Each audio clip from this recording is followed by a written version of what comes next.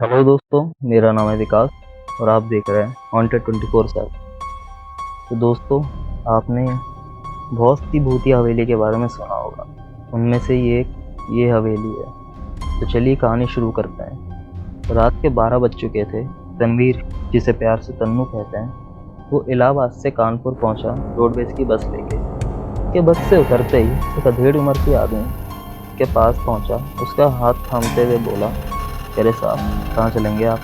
मैं रिक्शा वाला हूँ। उसकी आवाज़ से ऐसा प्रतीत हो रहा था कि जैसे मानो दिसंबर की ठंड ने उसे भूख और प्यास से मार रखा हो और सर्दियों ने उसकी बॉडी को एकदम जकड़ रखा हो। तन्नू ने उसके ओर देखते हुए पूछा, बड़ी हवेली, चमनगंज जाना है, कितने रुपए लोगे? 1978 की उस कड़ाके की ठंड में केवल 4 रिक्शे वाले वहाँ पर मौजूद थे, जिनमें से 2 टांगे वाले थे और 2 रिक्शे वाले। ठंड ने ऐसी कोहरा मचा रखा था कि वहाँ एकदम कुछ भी दिखना मुमकिन नहीं था। रिक्शे वाले ने जवाब दिया कि साहब 100 रुपये दे दीजिएगा, ठंड भी तो है।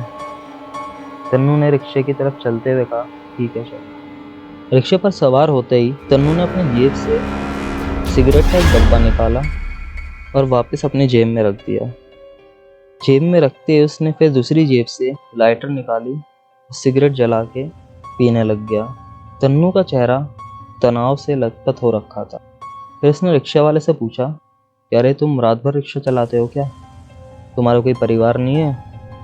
तो रिक्शा वाले ने जवाब दिया कि नहीं साहब, रिक्शा सिर्फ 2 बजे तक चलाता हूँ। 2 बजे के बाद जाके मैं अपना रूम पे सो जाता हूँ और उसके बाद सुबह फैक्ट्री में जाके काम करता हूँ और रात में रिक्शा चलाता हूँ। यही गाँव का ही रहने वाला हूँ, इसलिए शहर में अपने परिवार को लेके ही आया। तो तन्नू ने उसको जवाब दिया, अरे वाह, तुम तो काफ़ी मेहनती मालूम करते हो, कितने पढ़े लिखे हो?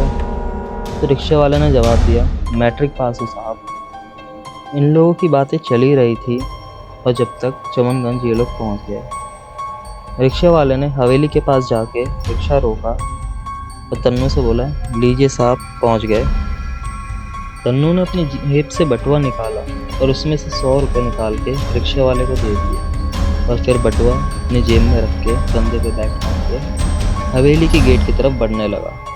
हवेली के गेट पर जो चौकीदार बैठा था, उसे तन्नू को देखकर ऐसा लगा कि जैसे उसे पहले से ही मालूम हो कि तन्नू आने वाला है। और उसने तन्नू नाम जैसे ही सुना, उसने तुरंत बिना कोई सवाल किए गेट खोल दिया।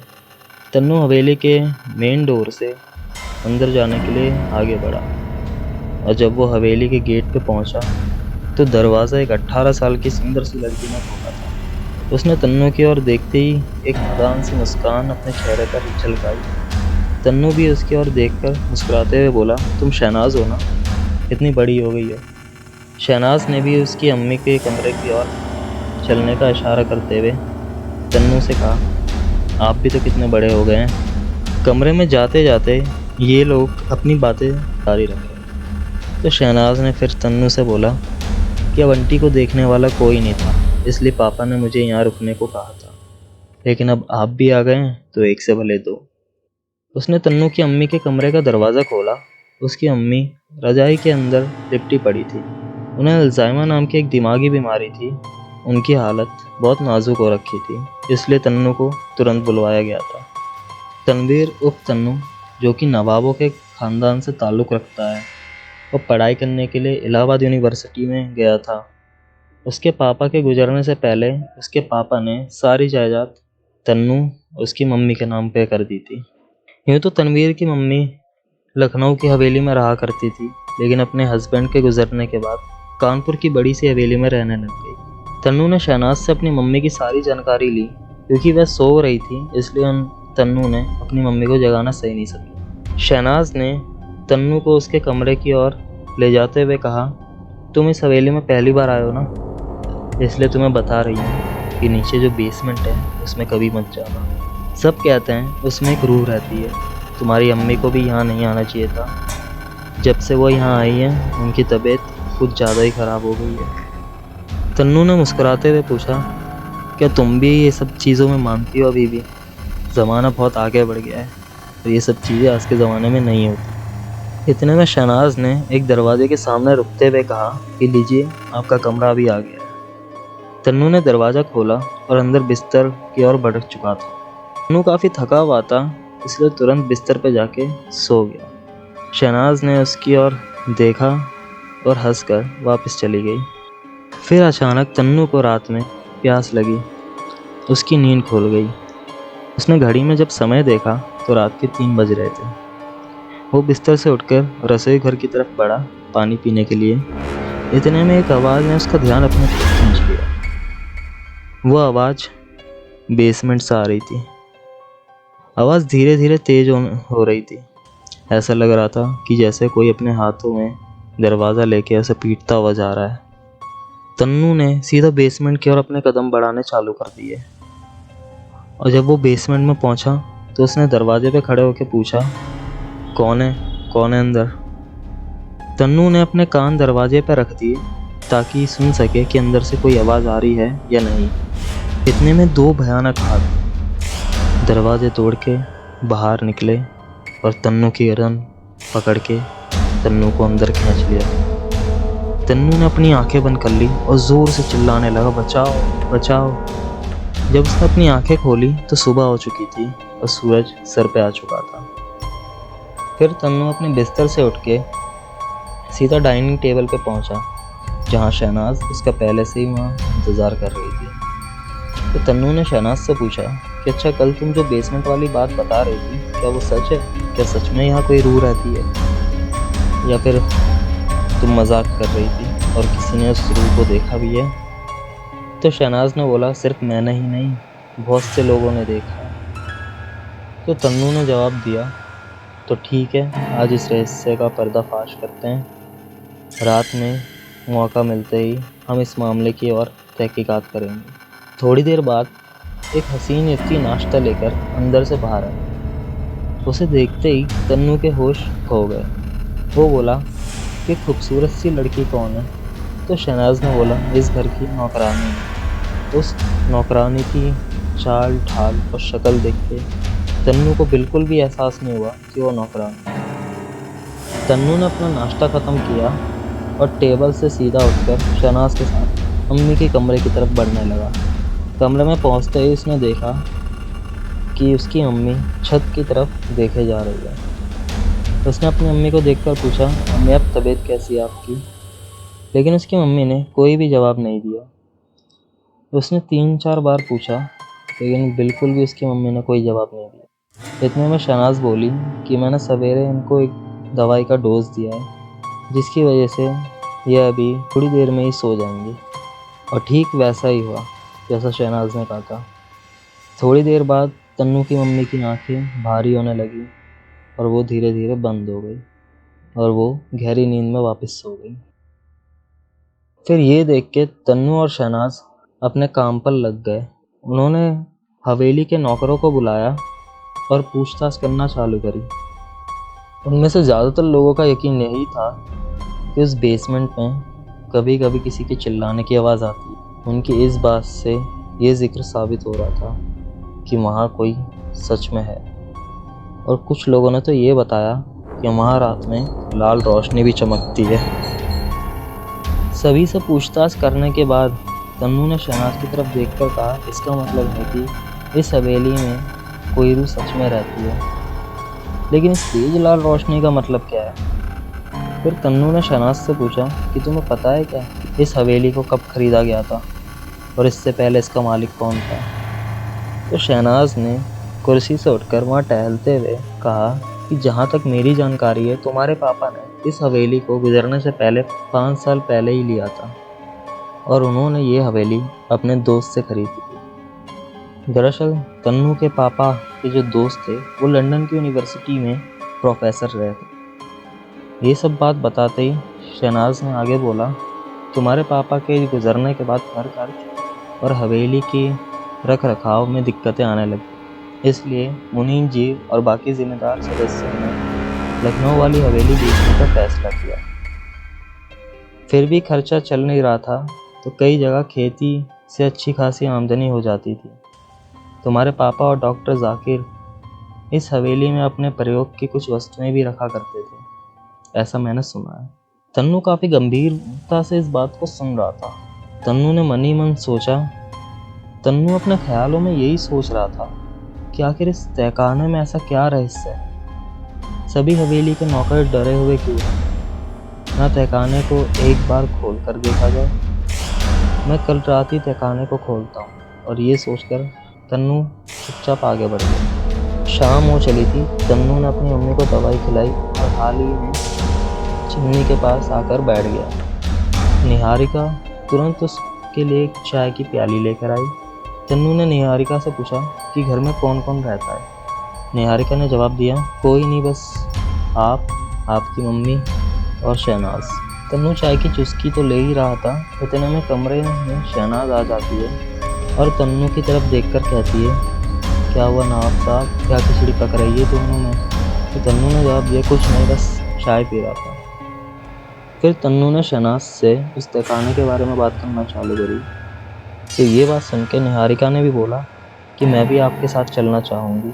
मैं भी उस राज का पर्दा फाश करना चाहूँगी कि आखिर इस तहखाने में है क्या, जिसकी वजह से घर के सारे नौकर वहाँ जाने से डरते हैं। रात काफ़ी हो चली थी। खाना खाने के बाद तन्नू अपने रूम में जाके सो गया। देखते ही देखते रात के 3 बजे उसे ज़ोर से प्यास लगी, लेकिन बगल में रखा जग में जो पानी था वो ख़त्म हो गया था। उसने अपने मन में सोचा, बड़ी अजीब बात है, अभी तो पानी भर कर रखा गया था, सोने से पहले एक बार भी नहीं पिया था मैंने पानी, फिर पानी ख़त्म कैसे हो गया? तन्नू ने इतना सोचा ही था, फिर उठकर किचन की ओर बढ़ने लगा कि अचानक से उसे किसी के कदमों की आवाज़ सुनाई पड़ी। तन्नू ने पहले तो इस बात को नज़रअंदाज किया, लेकिन फिर जैसे जैसे आवाज़ काफ़ी ज़ोर से आने लगी, तन्नू ने उस आवाज़ का पीछा किया और वो आवाज़ उसे तहखाने के पास फिर से ले गई। तन्नू ने फिर से अपने दोनों कान दरवाजे पे लगाए और सुनना चाहा कि अंदर से किसकी आवाज़ आ रही है। अब फिर से ही दरवाजे से 2 हाथ निकले और तन्नू को खींच के अंदर ले गए। तन्नू फिर से ज़ोर से चिल्लाया, बचाओ बचाओ, और इतने में उसकी आँख वापस खुल जाती है और वो अपने रूम में होता है। रूम में शहनाज थी उस वक्त मौजूद। शहनाज वहाँ की खिड़की का पर्दा हटा रही थी और तन्नू जब डर के उठा तो शहनाज ने पूछा, क्या हो गया नवाब साहब, किसने आपको पकड़ लिया था? तन्नू का यह शरारत भरा जवाब सुनकर शहनाज वहाँ से चली गई। अब जल्दी से तैयार हो जाइए, नाश्ता टेबल पे रख के आ गया है और फिर तहखाने की छानबीन भी करनी है। ये बात शहनाज ने तन्नू से बोली। तन्नू तैयार होकर टेबल पर पहुँच जाता है। वहाँ ये लोग नाश्ता करके फिर तहखाने की ओर बढ़ते हैं। निहारिका उतने में तन्नू की मम्मी को दवाई देके सुला देती है। उनके सो जाने के बाद तीनों तहखाने की ओर चल देते हैं। हो सकता है कि इस तहखाने में कुछ ऐसा राज छुपा हो जिसे आज तक कोई ढूंढ ना पाया हो। शायद कोई खजाना हो या फिर कोई ऐसा रहस्य जो कि इससे हमको दूर कर रहा हो और भूत प्रेत यहाँ पे सिर्फ एक बहाने के लिए बनाया गया हो। तहखाने के कमरे के बाहर एक बड़ा सा ताला लटका हुआ था।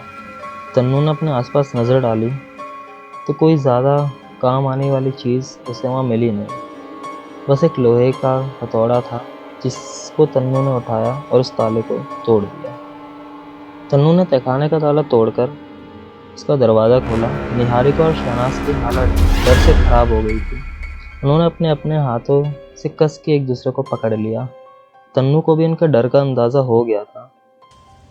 पूरे तहखाने में धूल की चादर ढक रखी थी।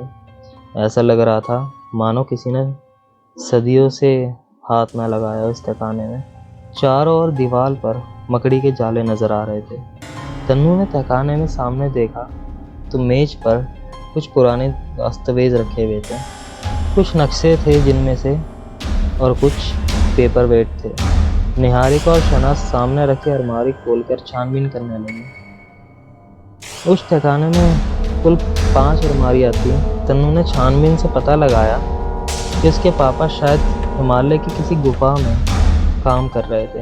उस दस्तावेज से ये पता चला कि गुफा में उनको एक अमूल्य वस्तु प्राप्त हुई थी जिसका उन दस्तावेजों में जिक्र हो रखा था, लेकिन कहीं ये नहीं लिखा था कि वो क्या थी। तन्नू ने उस दस्तावेजों को अपने ओवरकोट की जेब में रख लिया और सामने की अलमारी की ओर बढ़ने लगा। सभी अलमारियों को देखने के बाद उसने सभी दस्तावेजों को एक जगह इकट्ठा किया। वही थोड़ी देर में एक बड़ा सा संदूक रखा था। उन तीनों ने उस पुराने संदूक को खोलकर उसमें एक कंकाल रखा हुआ देखा। ऐसा लग रहा था कि काफ़ी पुराना। उस कंकाल का सर नहीं था, लेकिन तो तन्नू ने मन में सोचा कि आखिर इसका सर कौन ले गया होगा और ये कंकाल यहाँ कर क्या रहा है। शहनाज ने भी डर के मारे तन्नू से जिक्र किया कि मुझे लगता है कि पापा और उनके दोस्त किसी प्रोजेक्ट पर हिमालय के पहाड़ों में गए थे और ये शायद वहीं से लेकर आए इस कंकाल को। ये कोई मामूली कंकाल तो नहीं है। इसे देखकर ऐसा लगता है काफ़ी समय से बर्फ़ में जमा हुआ होगा। इसके कोट में पानी से गलने के निशान है क्योंकि। लेकिन निहारिका ने तन्नू से पूछा कि इसके सिर गायब होने की वजह क्या हो सकती है। मुझे लगता है कि ये अंग्रेज का कंकाल है, क्योंकि इसके कपड़ों से तो यही पता चलता है।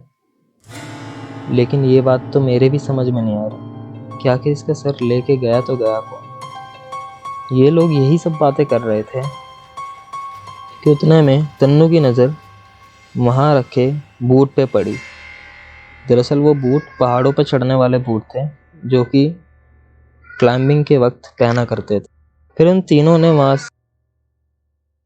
तीनों ने ज़रूरी कागज़ों को समेट कर अपने साथ रख लिए और शहनाज ने एक नया ताला लेकर आई और तन्नू को दे दिया। तन्नू ने उस तहखाने के दरवाजे पर कुंडी लगा के उस ताले को लगा दिया। तीनों तहखाने से मिले कागज़ों को लेकर हॉल में आए। उन सभी ने दस्तावेजों को हॉल में एक टेबल पे रख दिया। फिर तन्नू और शहनाज मिलकर उन दस्तावेजों पे जांच पड़ताल करने लगे। निहारिका तन्नू की अम्मी की ओर बढ़ी ताकि वो देख सके कि उनकी तबीयत ठीक है या नहीं है। तन्नू और शहनाज दस्तावेजों से पता कर रहे थे कि ये कंकाल किसका है और कहाँ से मिला। उस कंकाल का सर काफ़ी कीमती और चमत्कारी था, ऐसा तन्नू का मानना था। तन्नू ने शहनाज की तरफ देखते हुए कहा, शायद उस कंकाल के सिर गायब हो जाने की यही वजह थी कि वह चमत्कारी था। लेकिन ऐसा कौन सा अंग्रेज है जो कि चमत्कारी होगा। इतने में शहनाज ने कहा, मुझे लगता है कि ये कंकाल का सिर इस हवेली में आने के बाद गायब हुआ है। ये बात तो तुमने बिल्कुल सही कही, लेकिन सिर गायब किसने किया होगा ये तो अभी भी समझ नहीं आ रहा। ये बातें तन्नू और शहनाज ने एक दूसरे से कही। कुछ देर बाद डाइनिंग टेबल पर खाना ख़त्म करने के बाद तन्नू शहनाज को गुड नाइट बोलकर अपने कमरे की ओर बढ़ गया। तन्नू अपने कमरे में जाकर नाइट सूट पहनकर अपने बिस्तर पर लेट गया। कुछ देर बाद निहारिका जग में पानी लेकर आई और तन्नू के पास के टेबल पे रख के वहाँ से चली गई। निहारिका जा ही रही थी कि तन्नू ने उसको रोक के पूछा कि हवेली के बारे में और क्या क्या जाना। तो निहारिका ने उसे जो था सब बताया और ये दोनों अपनी बात ख़त्म करके सोने के लिए चले गए। फिर तन्नू एक गिलास पानी पी के थोड़ी देर में सो गया। रात का घंघोर अंधेरा छाया हुआ था और बाहर ठंड एकदम गहरी हो रखी थी, लेकिन हवेली के अंदर शायद किसी को भी नींद नहीं आ रही थी। कदमों की तेज आहट सुनकर तन्नू की नींद वापस से खुल गई। वो कुछ देर के लिए अपने बिस्तर पर ही लेटा रहा और उन कदमों की आहट सुनकर सोचने लगा कि इतनी रात को कौन टहल रहा होगा। हवेली में कहीं चोर तो नहीं घुस आया। वह अपने बिस्तर से उठा, उसने नाइट गाउन डाला और धीरे से अपने कमरे के दरवाज़ा खोलने के लिए आगे बढ़ा। तन्नू उन तेज़ कदमों की आहट का पीछा करने लगा। वह उसी जगह पहुंच गए, लेकिन जो उसने देखा उस पर तन्नू को यकीन करना बहुत मुश्किल हो रहा था। तन्नू ने देखा कि वही कंकाल हवेली में इधर उधर घूम रहा है, जैसे कि वो कुछ ढूंढ रहा हो। तन्नू एक तरफ बड़ी सावधानी से छुपकर ये सब देख रहा था और दूसरी तरफ उसके रोंगटे भी खड़े हो रखे थे। वही उसके मन में सवाल आया कि वह कंकाल आगे तहखाने से बाहर आया तो आया कैसे, क्योंकि तहखाने के बाहर तो उसने खुद ताला लगाया था। तन्नू उस कंकाल का बड़ा सावधानी से पीछा करने लगा। जैसे घड़ी के 3 बजने लगे वैसे कंकाल तहखाने की ओर बढ़ने लगा। तन्नू भी उसके पीछे पीछे जाने लगा। उसने देखा कि वह अंग्रेज का कंकाल अपने संदूक के अंदर जाकर लेट गया और फिर संदूक अपने आप ही बंद हो गया। ठीक उसी तरह बंद हो गया जैसे हवेली के तहखाने के दरवाज़ा और बाकी सारी चीज़ें पहले थी। वहाँ ऐसा देखकर बिल्कुल नहीं लग रहा था कि यहाँ किसी भी चीज़ से छेड़छाड़ की गई है। तन्नू को बड़ी हैरत हुई ये सब देखकर। तन्नू सीढ़ियाँ चढ़कर अपने कमरे में वापस आ गया और अपने बिस्तर पर लेट गया। लेटकर तन्नू ये सोचने लगा कि सब बात की ये बात साबित हो गई है कि हवेली में हकीकत में भूत है, जो शायद रोज़ाना ही हवेली के चक्कर लगाता है। तन्नू इसी सोच में सो नहीं पाया और देखते ही देखते सुबह हो गई। सवेरे होते ही उसने नाश्ता किया और फिर तहखाने की ओर वापस बढ़ा। तो तहखाने का दरवाज़ा देखते ही वो वापस से चौंक गया। तहखाने का दरवाजे पे फिर से ताला लगा हुआ था और ये लगाया था, और जिसकी चाबी सिर्फ तन्नू के पास थी। तन्नू ने निहारिका से तुरंत तहखाने की चाबी मंगवाई और उसने दरवाज़ा खोला। निहारिका भी उसके साथ तहखाने के अंदर चली गई। वो तन्नू को बड़ी हैरत से देख रही थी क्योंकि तन्नू के माथे पर चिंता आ रखी थी। उसने तन्नू से पूछा, अब क्या ढूंढ रहे हो? तन्नू ने उसे पिछली रात की सारी घटना बताई और निहारिका ये सब सुनकर डर गई। तन्नू ने सबसे पहले वो संदूक खोलकर उस कंकाल को देखा कि वो वहाँ है या नहीं है। तन्नू वहाँ छानबीन करने लगा कि शायद उसको कुछ ऐसा सुराग मिल जाए जो उसको पता लगाने में मदद कर सके कि रहस्य आखिर है क्या। फिर दोनों ने मिलकर संदूक को बंद कर दिया और तहखाने को अच्छी तरह से बंद करके ऊपर आ गए। जब वो लोग ऊपर आए तो वहाँ शहनाज उन दोनों का पहले से इंतज़ार कर रही थी और तन्नू ने कल रात की घटना शहनाज को भी बताई। तो शहनाज ने पूछा, तो क्या कुछ मिला तहखाने में, कोई सुराग या कुछ सबूत? तो तन्नू और निहारिका ने जवाब देते हुए बोला कि नहीं, हमें तो वहाँ कुछ भी नहीं मिला, लेकिन हम देखते हैं, तहकीकात जारी रखेंगे। फिर तीनों तन्नू की मम्मी की कमरे की ओर बढ़ने लगे और उनको दवाई देके वापस आ गए। तन्नू की अम्मी को दवा देने के बाद निहारिका खाना बनाने में लग गई और फिर शाम होते ही तन्नू, शहनाज और निहारिका तीनों ने खाना खा के सोने जाने का फैसला किया। ये लोग सोने जा ही रहे थे कि उतने में शहनाज के पापा का कॉल आता है और वो बोलते हैं कि वो उसके छोटे भाई को उसकी स्कूल की छुट्टियों के कारण शहनाज के पास भेज रहे हैं कुछ दिनों के लिए।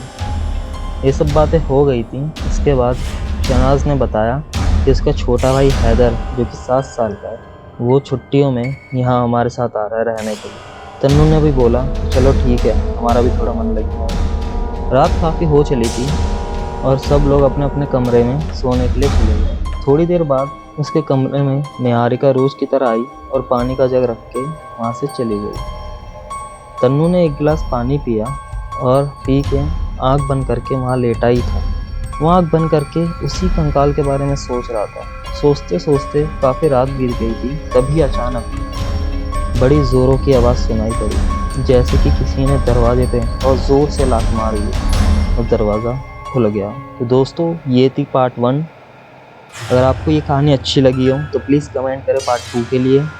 बहुत इंटरेस्टिंग कहानी है। आई होप कि आपको ये कहानी पसंद आ रही हो, और अगर आपको ये कहानी पसंद आ रही हो तो प्लीज़ लाइक, शेयर, सब्सक्राइब ज़रूर करें। मिलते हैं बहुत जल्द अगले पार्ट के साथ।